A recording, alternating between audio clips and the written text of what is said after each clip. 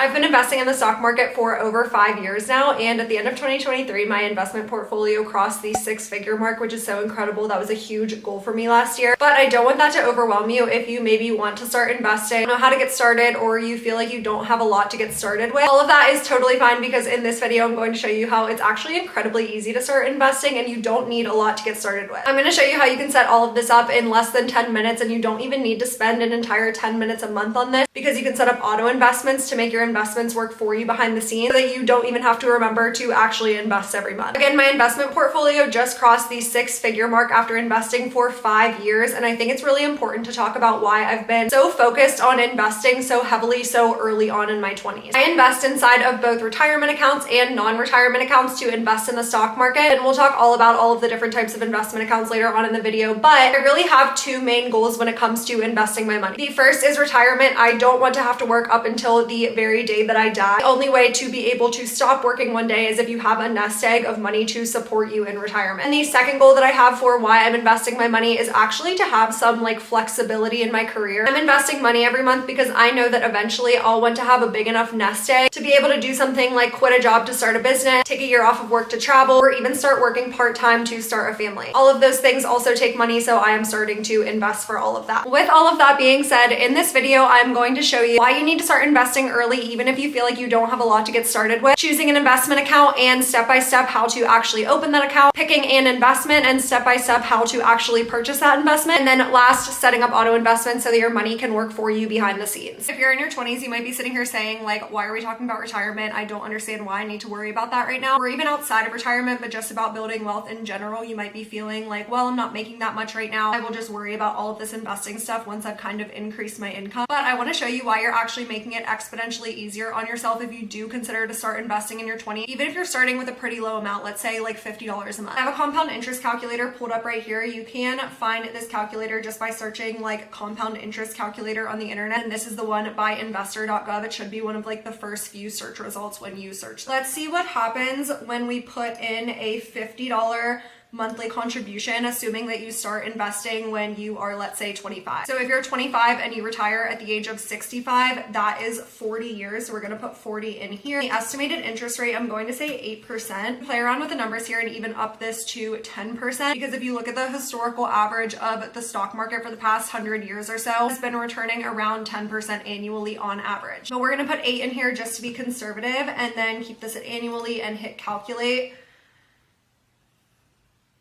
In 40 years, you will have over $150,000 invested, which for only putting in $50 a month, that is a pretty big number. The interesting part here are these two lines on this graph. So this green line shows the amount that you've actually contributed. In 40 years, you will have contributed $24,000, but the value of your investments will be over $150,000. That means that the spread between $150,000 and $24,000, that's all growth. That's money that you didn't contribute into the account, but that's your money working for you. Now, if you're sitting here saying, well, I don't make a lot of money right now, so I'll worry about this in my 30s when I've increased my income and I have more money to invest. Let's change this to $100 a month, but let's lower this to 30 years because now you've waited 10 years to start investing. We're gonna hit calculate, and now you've doubled the amount that you've put in. So you've now invested $36,000, and you still come out with less money in the long run. You can kind of see the longer that you wait to start investing, the harder that you're making it on yourself. Let's see what happens if we increase these numbers to, let's say you start investing $500 a month in your 20s. So back to 40 years.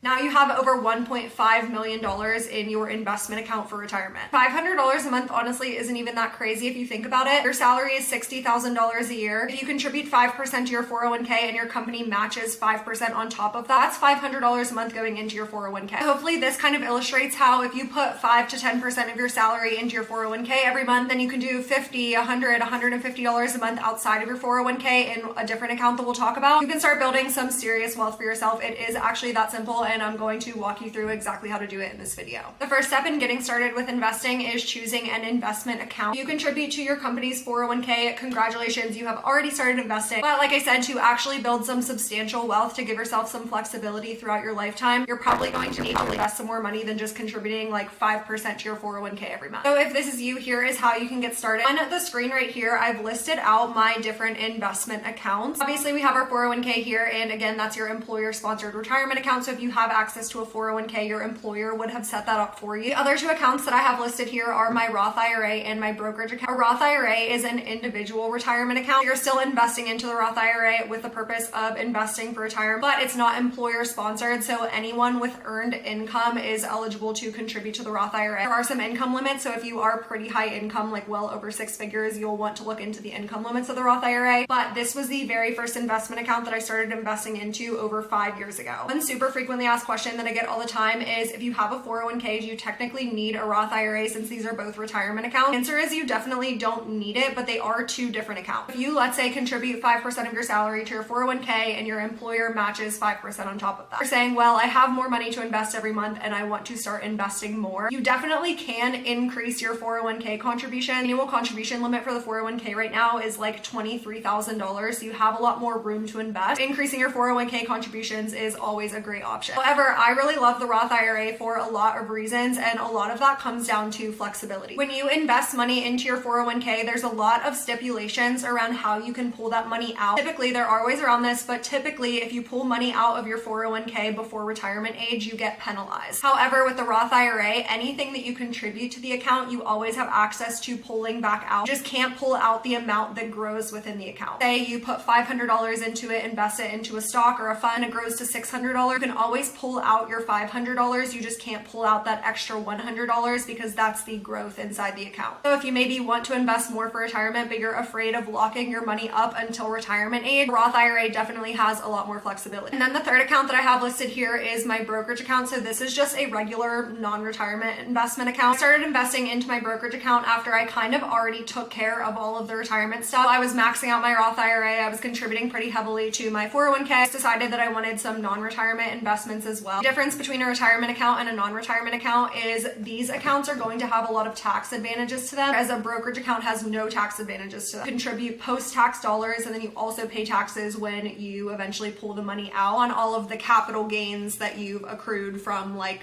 your stocks gaining value. For this video, the example that I'm going to use in how to set up your account is going to be with the Roth IRA, because for a lot of people doing any investing, you're probably just doing like a couple percentage points into your 401k. A Roth IRA could be a great way to invest a little bit more money, have some more flexibility, but still get some tax advantages for the money that you're investing. Now, to open a Roth IRA account, this is actually super simple. I'm on the Fidelity website right now. There's a lot of different account providers that you could choose from, like Fidelity, Vanguard. I personally use Charles Schwab. I just think Fidelity is the most user-friendly for beginners. There's a lot of like YouTube videos out there that have a lot of Fidelity tutorials, have a lot of low-cost index funds, ETFs, target date funds, which will explain what all of that means. But I will link this exact page on Fidelity's website in the description here. This is where you will open a Fidelity account. You'll just come down here and hit Roth IRA. You'll hit open a Roth IRA. That button will just prompt you to enter all of your personal information, like your name, address, phone number, social security number. It takes like literally less than 5 minutes to open a Roth IRA. I'm just not going to walk you through that because again, it's all my personal information. The next piece of this is choosing an investment and then actually purchasing the investment. And I think that this is where a lot of people get tripped up. So first you need to know what investment to choose, and then you need to know how to like actually hit purchase on your account provider's website. And neither of the two are super intuitive. Before I started investing, I thought that I was going to need to know like which stocks to pick. It's obviously difficult to know like what stock is going to be performing well over 40 years until I retire. I thought that I would also need to like trade those stocks, so buy them, sell them at the right time. None of that is true. Again, we're setting this up to be super passive, so ideally every single month you'll just be buying the same fund. You can set that up to be an auto investment, so every month the money will pull from your checking account into your investment account, and then you'll also set it up so that that money in your investment account will be invested into the correct investment. This is kind of an overview of 3 different popular types of investments. So again, we have stocks. When you go to, let's say, Robinhood and buy Apple, buy 1 share of Apple and you would hold like an entire share of that company. Again, there's literally thousands of stocks, so it's really difficult to know like which one do I purchase. Luckily, you don't have to know that information because things like index funds and ETFs exist for a reason. Funds and ETFs are totally the same thing. There are a couple little differences, but it's not super important. So with index funds and ETFs, you are buying one fund, and inside that fund, there are hundreds or thousands of companies depending on the fund. And you get a very small slice of all of those companies. But essentially, it's as easy as, for me personally, I invest in 2 ETFs. One is a total US stock market ETF. So I buy one fund and it gives me access to all of the companies in the US stock market. And then I purchase one total world stock market ETF. And that allows me to own a very small slice of every stock in the world economy outside of the US. So I buy a US fund and a world fund, and all of a sudden I am like totally diversified into all of the stocks. A target date fund is the third category here, and this kind of takes it a step further. So essentially the idea here is as you inch closer to retirement, your portfolio kind of shifts to being like mainly just stock to a mix of stocks and bonds, because stocks give you the growth and bonds give you a lot more consistency. As you're inching closer to retirement, you don't need that growth as much anymore. You just want to not lose your principal right before you retire. So target date funds are one fund that you purchase based on your target year of retirement. As you inch closer to that target year of retirement, this fund is automatically rebalancing your portfolio in a mixture of stocks and bonds. If you're trying to invest for retirement and you want to be totally hands-off, target date funds could be a really great option. A lot of 401ks automatically invest you into target date funds. So if you log into your 401k and it says like